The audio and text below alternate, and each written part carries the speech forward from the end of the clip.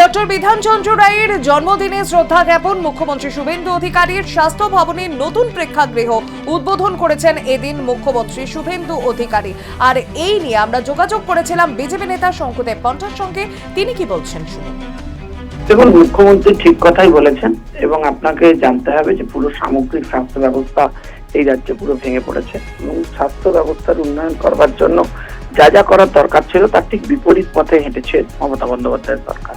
নিজে স্বাস্থ্যমন্ত্রী হয়েছেন, হসপিটালের রং বদলেছে, নীল সাদার রং হয়েছে, আর কোটি কোটি টাকা নয় ছয় হয়েছে।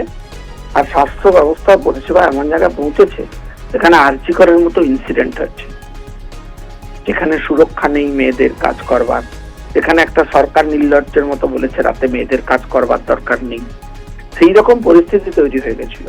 আর স্বাস্থ্যের নাম হচ্ছে সুপার স্পেশালিটি হসপিটাল। সেলাইনে ছত্রা আর হচ্ছে ওষুধে যত কমজোরি ওষুধ, যেটা 70% নাকি ওনার রিবেট দিচ্ছিলেন ওষুধে, আর যে ওষুধে 10% তো কাজ হয় না। তো ফলে ধ্বংস হয়ে গেছিল পুরো স্বাস্থ্য পরিষেবা।